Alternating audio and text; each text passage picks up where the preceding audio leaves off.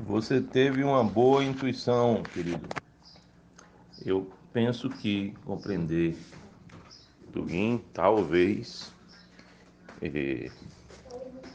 nos faça compreender as raízes filosóficas do pensamento do novo comunismo russo, mais especificamente do novo comunismo soviético, porque os russos não suportam a noção de comunismo, nem de socialismo. Os russos são ortodoxos, enquanto que os soviéticos são aqueles dentre os ortodoxos que foram cooptados pelo regime. Não sei se você sabe, mas Vladimir Putin não iria ser batizado na igreja quando criança, porque o seu pai era ateu, um soviético, do Partido Soviético, pertencente à KGB, e não queria, em hipótese alguma, que ele fosse batizado na igreja. A sua mãe, uma fé ortodoxa, o batizou escondido do pai e o educou temendo a Deus, a Cristo e respeitando a igreja, mas tudo isso, obviamente, num clima de doutrinação ateísta, marxista, que ele era imposto pelo pai. Tanto que ele mesmo teve que participar, ou participou voluntariamente, desses ideais políticos aí soviéticos que, infelizmente, comandam a Rússia desde a época da Revolução. Os, a União Soviética caiu, o Partido Soviético se enfraqueceu, mas ainda comanda a Rússia, que ainda aguarda a queda definitiva desse regime. A queda aparente do regime ocorreu com a simbólica queda do Muro de Berlim, quando o próprio Putin, que estava na Alemanha Oriental, terminou indo voltando à Rússia, e a queda aparente não significou tanto para quem é ortodoxo russo e vive por lá, porque contempla diante dos seus olhos toda uma manipulação, né, dos soviéticos ou dos sovietas, e o Putin é presa ou vítima de toda essa situação. Se presa ou vítima, não sei, mas a própria igreja deposita nele um olhar de esperança, não de confiança. Ele tem convocado os patriarcas e metropolitas da igreja em todo o mundo, e o velho sonho russo, não é, de assumir, assumir o guarda-chuva, desculpe,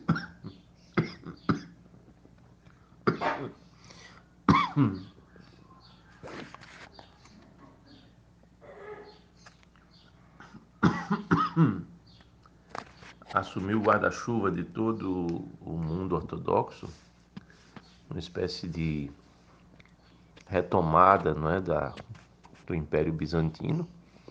Esse velho sonho permanece, né? Nunca deixou de ser alimentado até pelos ortodoxos, porque a função do Estado no seio da Sinfonia Bizantina é servir como um diácono para a igreja.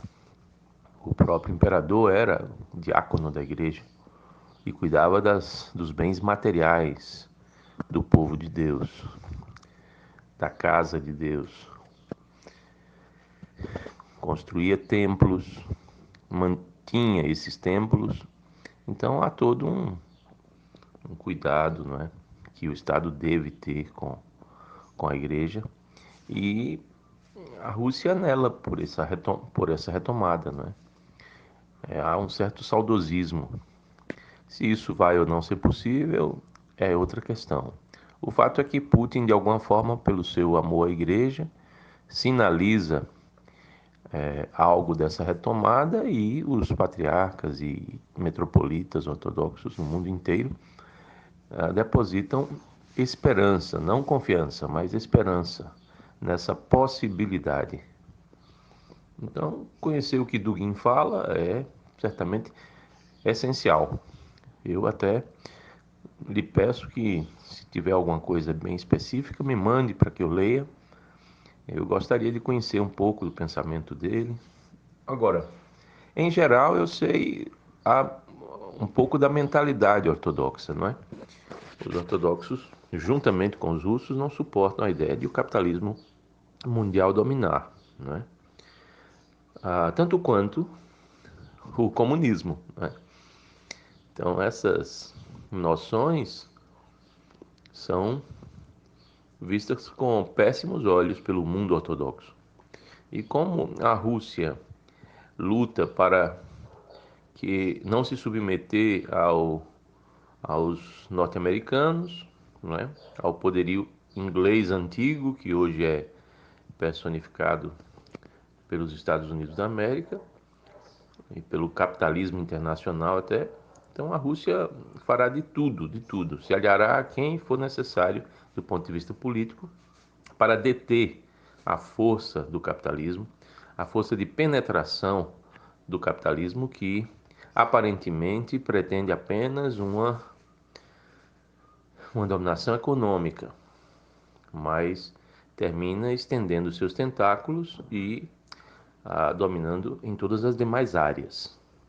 Para uma noção simbólica do que eu estou dizendo, eles lutam por colocar uma McDonald's em um país ortodoxo.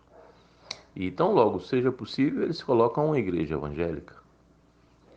Então agora eu acho que fica mais fácil para você entender, não é?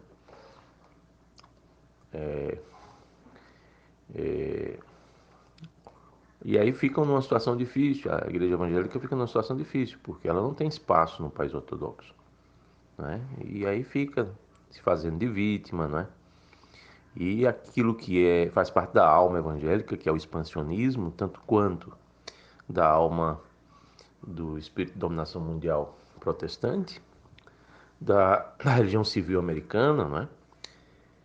Isso aí é suprimido, então é como se eles estivessem sendo sufocados.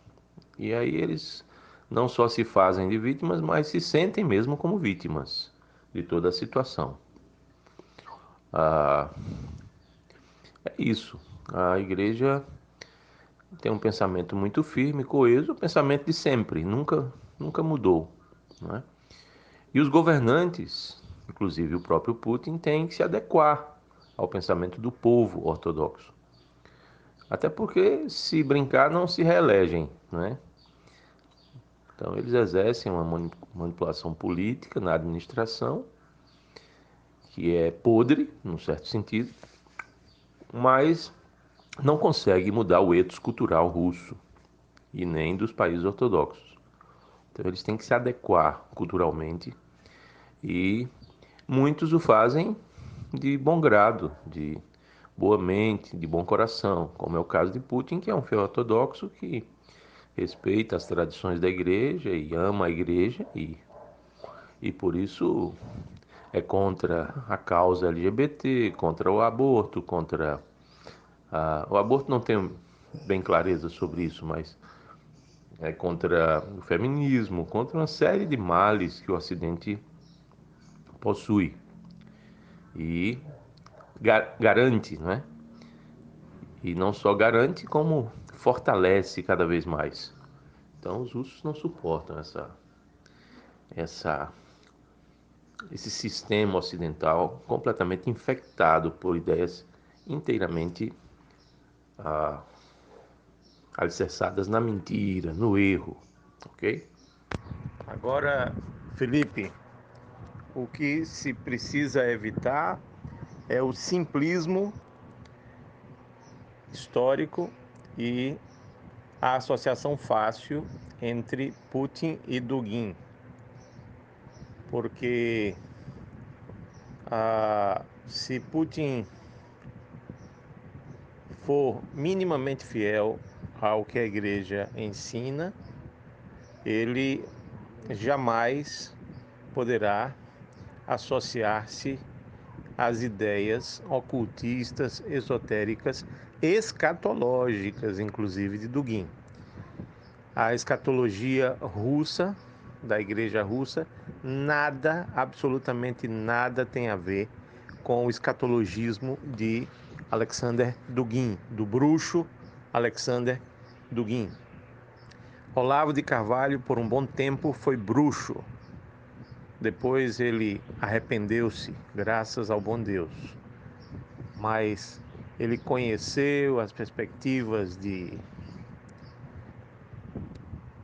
René Guénon, do esoterismo de Dante Alighieri, e ele elaborou em todas essas heresias condenadas pela igreja russa, pela igreja ortodoxa como um todo. Eu mesmo fui formado em um mosteiro ortodoxo nos Estados Unidos, na Califórnia, em que o fundador, um dos fundadores, fiel e discípulo de São John Maximowitz, em São Francisco, adotou por muitos anos toda essa filosofia esotérica e o taoísmo chinês, e caminhou na Universidade da Califórnia quando Nietzsche começou a despontar aqui no Ocidente. E a Universidade da Califórnia foi uma das que lideraram essa influência de Friedrich Nietzsche sobre o mundo ocidental. E ele viveu, se formou na Universidade da Califórnia, quando finalmente, depois de formado e já profundo conhecedor do sandarim, da língua chinesa, do taoísmo e de uma série de perspectivas esotéricas, alinhado com René Guénon e todo esse mundo, esse pandemônio que a Califórnia mixou e irradiou pelo mundo. O Father Seraphim Rose, então um jovem universitário, conheceu a igreja russa e ali foi pastoreado pelo bispo ortodoxo São John Maximowitz, a quem espiritualmente eu devo o meu sacerdócio. Depois posso lhe explicar isso com mais detalhes. E ao ser pastoreado pelo bispo São John Maximowitz, ele foi depois encaminhado ao mosteiro, e esse mosteiro estava nos inícios, e ele se tornou o principal monge desse mosteiro, e eu visitei o mosteiro e fui ali formado por vários dos monges, e esse mosteiro fazia toda uma leitura crítica advinda do Father Seraphim Rose, do esoterismo.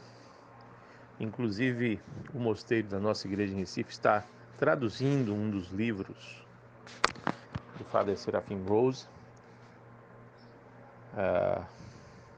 cujo título é Ortodoxia e a Religião do Futuro. Eu tenho esse livro em inglês, se você quiser ler.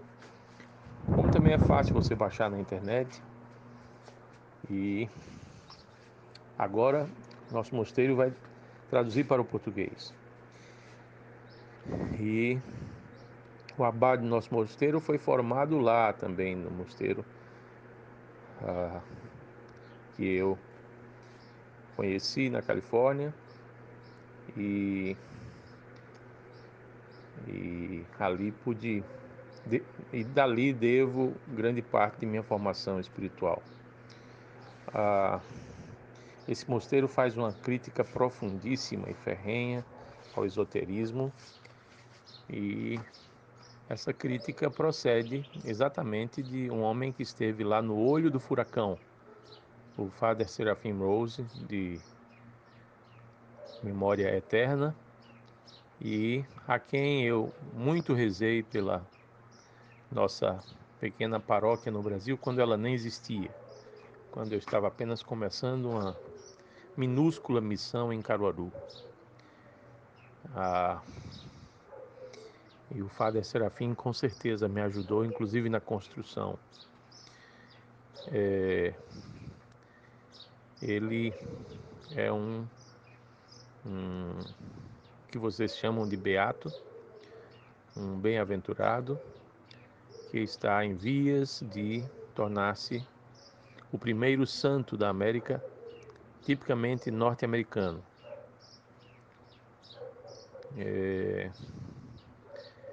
Porque os primeiros santos